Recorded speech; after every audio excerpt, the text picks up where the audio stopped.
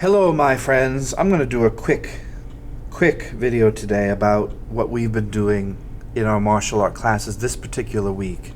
We have our physical training. We also have our mental training that we do here. It's very important, I believe, in martial arts to balance out your classes. You can't always be hitting targets, rolling around, doing techniques the whole time. You have to occasionally sit and talk to your fellow humans about things going on in our life, because the chances of getting in a fight going from your dojo door to your car are very, very slim.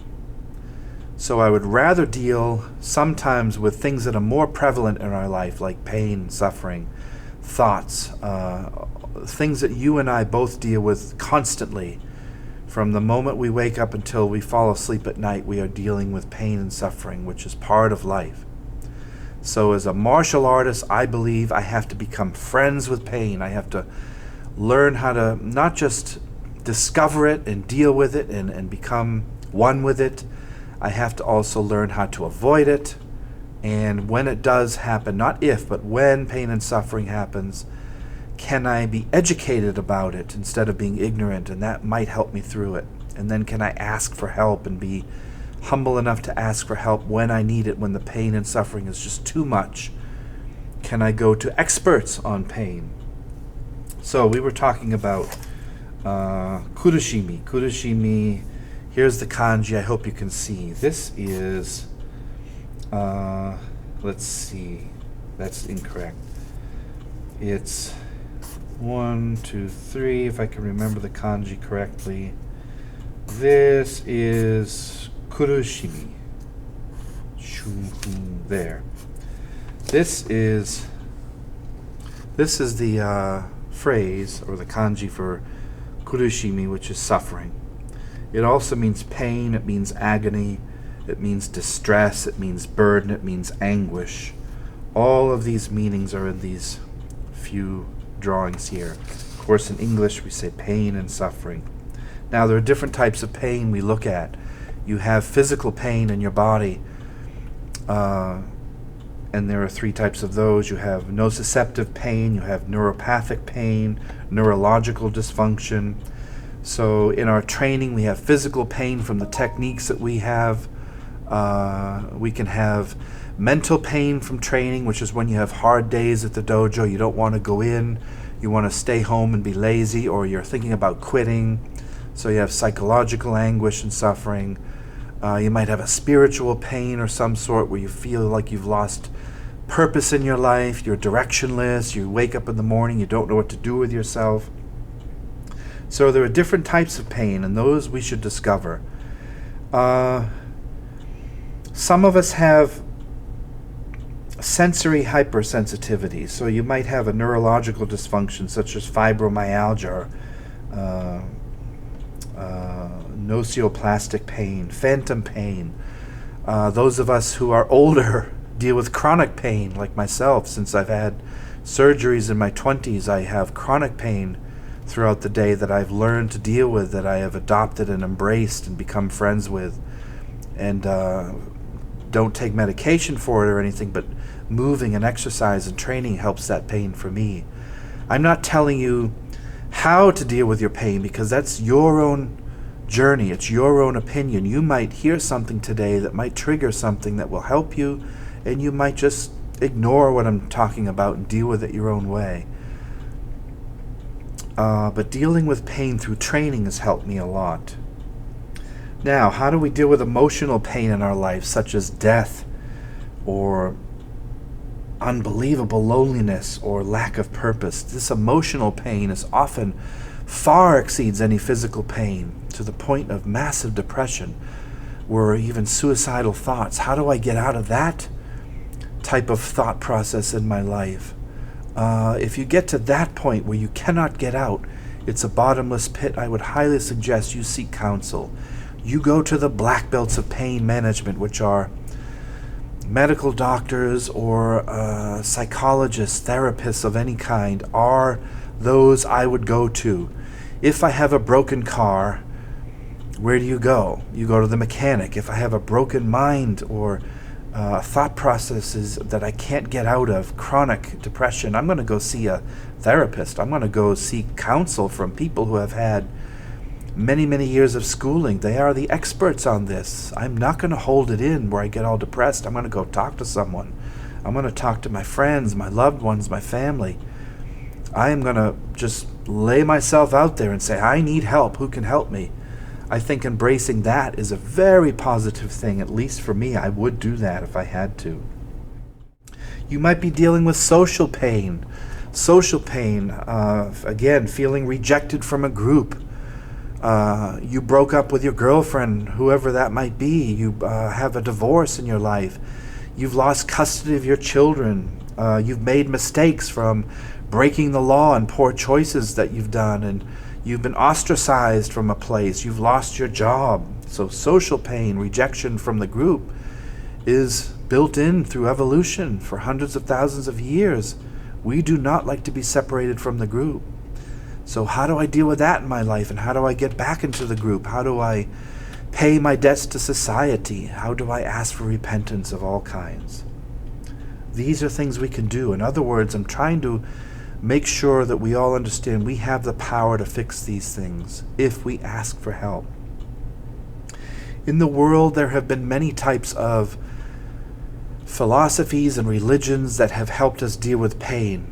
Every holy book you pick up, every one of the thousands of religions that mankind has come up with to help us deal with pain. Let's look at a few from the main ones. So if you look at Christianity, the main religion, the biggest one of all, Psalm 34:18, where it says, He is close to the brokenhearted, and He saves those who are crushed in spirit. I mean, many of the Psalms deal with this. Matthew 4:23, etc. In the Old and New Testament, there are writings on how to deal with pain through the Christian perspective and God and Jesus and His way. And then in Buddhism, if you go to the East, you have the three main types of suffering. You have, when the Buddha first left the palace, so to speak, he saw the three main types of suffering. Not including unsatisfied desires, but he saw old age as suffering, he saw sickness for the first time, and he saw death. Those were the three main types of suffering, as well as unsatisfied desires. If you have desire in your life, that can cause massive suffering when we don't get what we want. Look at that Rolling Stones song. So the Buddha had the Four Noble Truths, and he talked about life is suffering and how to deal with suffering, how to get through it. So he created the Eightfold Noble Path as a way out of suffering. Those in the Middle East who had Islam, you had Surah 94:6, which says, Indeed, with every hardship is ease. So again, all of these cultures around the world, these beautiful cultures, have all these different ways of dealing with pain. The Hebrew saying, L'chaim, it's a traditional Jewish toast meaning to life. You've heard that perhaps at a Jewish wedding. So talking about, yes, pain is in life, suffering is in life, but let us celebrate life, meaning to life, l'chaim. Or the Japanese Shinto proverb, even the wishes of a small ant reach heaven. So in Japanese Shinto and Buddhism, you name it, in the Far East, anything you can think of, they have ways of getting through this. When we drink sake and we yell banzai, meaning 10,000 years of long life. That's a Japanese battle cry, meaning we're going to inevitable death. Banzai, 10,000 years of long life. The law of impermanence saying to us, look, don't worry, pain is temporary. Nothing lasts forever, good and bad, it's temporary. The law of impermanence, you cannot escape it. You see what I'm talking about, my friends? There are so many ways of dealing with this. So it's empowering. And this is what we learn through the martial arts and many other things, is how do I deal with pain? Someone gets me in a technique, some sort of wrist lock. I get thrown to the ground. I feel a temporary sharp pain, and then it goes away in a few minutes. This is teaching us how to deal with life. You know, in America, we have the grit of John Wayne. Remember that quote by John Wayne where he says, courage is being scared to death and then saddling up anyway. So we have that grit over here where we want to deal with it. Let's continue. Life is short. Yes, we have pain. Yes, we have suffering, but we can get through it. We are empowered as a people. And there are countless books out there by other people that have lived before us. Embrace that knowledge from the past and read books on the subject. There are endless self-help books on pain and how to deal with it. Find our way out. We can do it. That's the way of the samurai, the way of the ninja. This kanji, I've seen me do it many, many times. How many times have we seen this symbol? This is about pain. This means patience. Nin, I will endure. The sword over my heart, I will still endure. You will not stop me from living my life. My gosh, think of how many billions of people have come before us, and we have this brief time in the sun. 50, 60, maybe 70 or 80 years, and that's it. So learn from those who have come before us. We could not be here without our parents and grandparents. They are telling us from the grave, find a way through suffering. Whatever journey you want to go on, there is a path. Whatever mountain we want to climb, there is a way up. There are 1,000 ways up the mountain. All those spiritualities, those religious, the secular way, it doesn't matter. Pick your path and go forward. Don't stop suffering. So again, we embrace the pain, as Kenji Miyazawa says, and burn it as fuel for our journey. I will embrace the pain and burn it. I will use it as fuel up the mountain. I will put it in my car and I will drive ahead.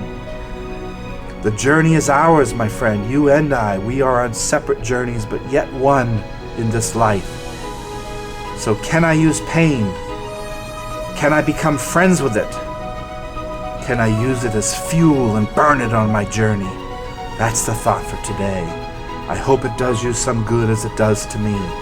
For now, I'm going to go train because that gives me purpose. And that gives me the social cue I need to deal with people and to work with people and my friends and loved ones. And together, we train every day. So for this short teaching, my friends, this is Todd Norcross. I wish you a pain-free and suffering-free life as best as you can make it. We'll see you soon.